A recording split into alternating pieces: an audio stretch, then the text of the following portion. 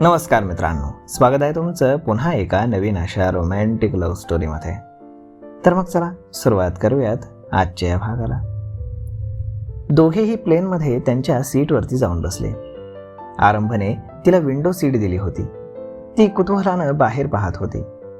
मग एअर होस्टेसनं सेफ्टीच्या सूचना दिल्या आणि 10 मिनिटांनी त्यांच्या विमानानं आकाशामध्ये भरारी घेतली. 2-2.5 तासांच्या प्रवासानंतर ते मालदीवला पोहोचले. आरंभ शुभांगीसोबत लगेज घेऊन एअरपोर्टच्या बाहेर आला.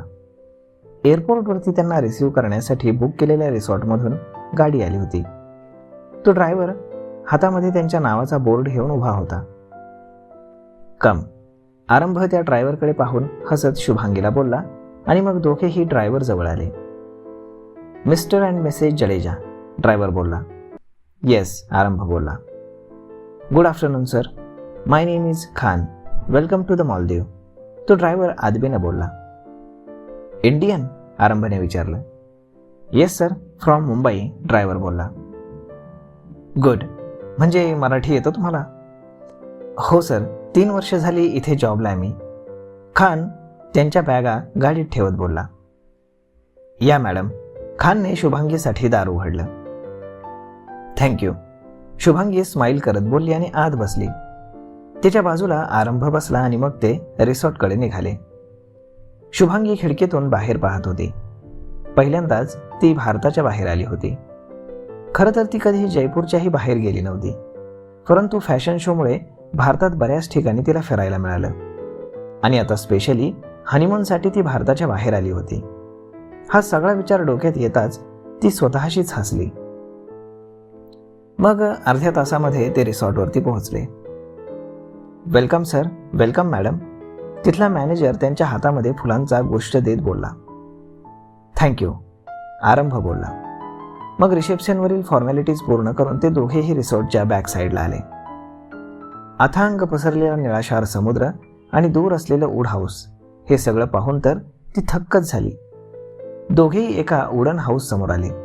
तिथल्या नोकरानं त्यांना डोअर ओपन करून दिलं आणि त्यांच्या बॅगा आत नेऊन ठेवल्या. आरंभने त्याला टिप दिली आणि तो खुश होऊन निघून गेला. मग आरंभने दार लावून घेतलं. आपण इथे राहणार? तिनं त्याच्याकडे पाहत कुतूहलानं विचारलं.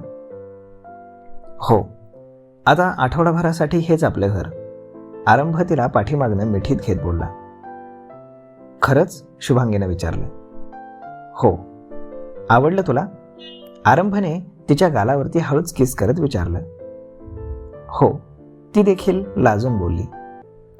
मग करूयात हनीमूनला सुरुवात, तो तिच्या केसांचा सुगंध घेत बोलला आणि ती लगेचच शहारली. त्यानं तिच्या खांद्यावरती आपले ओठ टेकवले आणि तिने लगेचच खांदा चोरून घेतला. फ्रेश होऊयात ना, ती अंग चोरत बोलली. मग आरंभ तिच्या खांद्यावरती त्याचे ओठ फिरवत होता आणि तिच्या पोटामध्ये फुलपाखरं उडत होती आणि ती शहारत होती. मग त्यानं तिला दोन्ही हातांवरती उचलून घेतलं आणि तो आतमध्ये आला. तिला बेडवरती ठेवत तो तिच्यावरती झुकला. मला भूक लागलीये, ती लाजून बोलली. मलाही, तो एकदम सिडेक्टिव्ह व्हॉइसमध्ये म्हणाला. गोड भीती वाटत होती तिला. त्याच्या जवळ येणं तिला आवडत होतं आणि त्याची भीतीही वाटत होती. मला खरंच भूक लागलीये, ती कसं बसं बोलली. ठीक आहे, तू फ्रेश हो, आपण बाहेर जाऊन काहीतरी खाऊयात आणि मग, तो तिच्या डोळ्यात पाहत खट्याळपणे हसला. एक काम करूयात, दोघेही एकदमच फ्रेश होऊयात, म्हणजे वेळ वाचेल, तो डोळे मिचकावत बोलला आणि ती खूपच लाजली. चालेल ना, तो गालामध्ये मिश्किल हसत बोलला आणि तिने लगेच त्याला दूर लोटला आणि उठून बाथरूममध्ये पळाली. किती लाजते ही, पण आज रात्रीनंतर नाही लाजणार, असं म्हणत तो स्वतःशीच हसला. तो आता काय म्हणाला हे आठवत शुभांगीनं शॉवर ऑन केला. माझे कपडे? अरे देवा, मी तर बॅगमधून कपडे घेतलेच नाहीत. तिनं काढलेल्या कपड्यांना पाहिलं तर ते ओले झाले होते. आता काय करू, कशी जाऊ बाहेर, ती विचारात पडली. 15-20 मिनिटं झाले तरी ती बाहेर यायला तयार नाही, म्हणून मग आरंभने तिला आवाज दिला. शुभांगी, किती वेळ लागेल, मला पण फ्रेश व्हायचंय. बस 2 मिनिटं.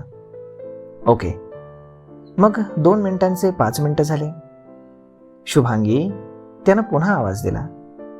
जी, काय झालं, तू ठीक तर आहेस ना? त्यानं काळजीने विचारलं. हो. मग बाहेर का येत नाहीयेस? कशी येऊ? म्हणजे? तो न समजून बोलला. माझे कपडे बॅगेमध्येच राहिलेत, ती अडखळत बोलली. ओह, नो प्रॉब्लेम. कपडे बाहेर येऊन घाल ना. टॉवेल गुंडाळून ये बाहेर. मी टॉवेल पण नाही आणला. वाव, मग अशीच आहे बाहेर.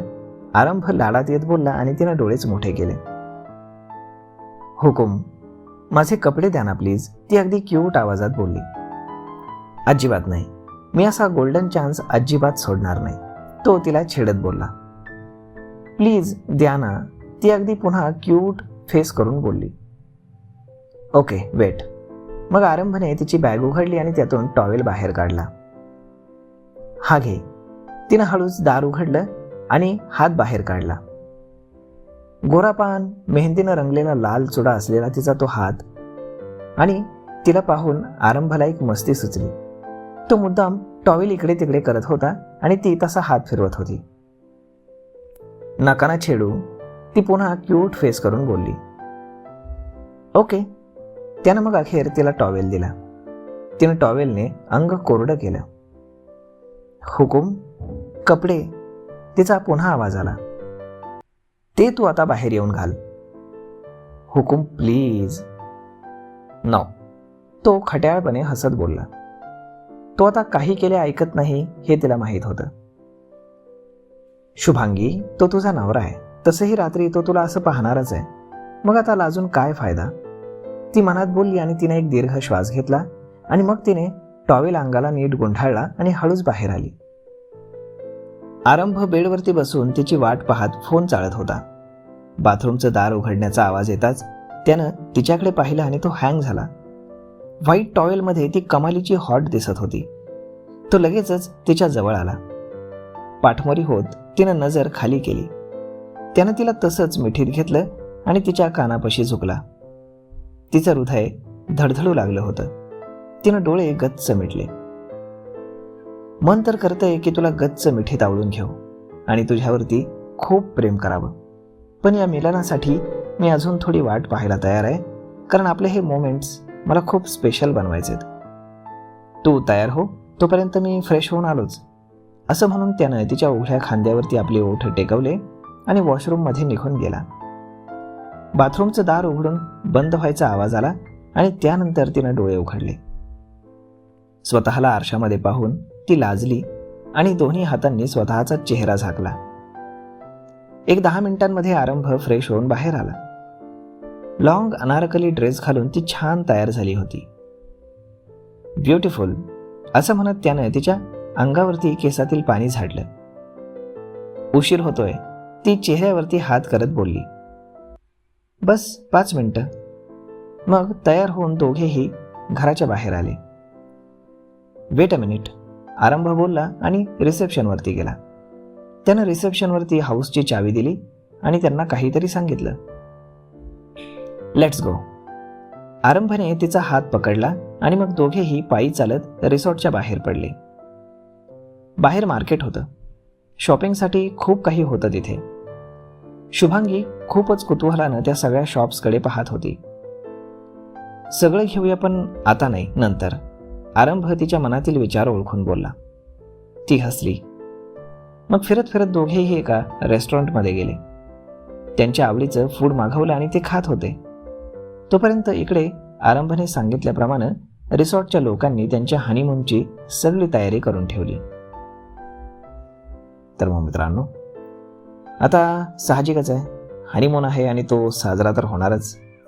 पाहूयात कसा साजरा होतोय ते पुढच्या भागात. तोपर्यंत हा व्हिडिओ, ही लव्ह स्टोरी तुम्हाला कशी वाटते हे तुम्ही आम्हाला कमेंट करून सांगायला बिलकुल विसरू नका. आणि जर हा व्हिडिओ तुम्हाला आवडला असेल तर आपल्या जवळच्या मित्रमंडळींसोबत देखील हा व्हिडिओ तुम्ही शेअर करायला विसरू नका. धन्यवाद.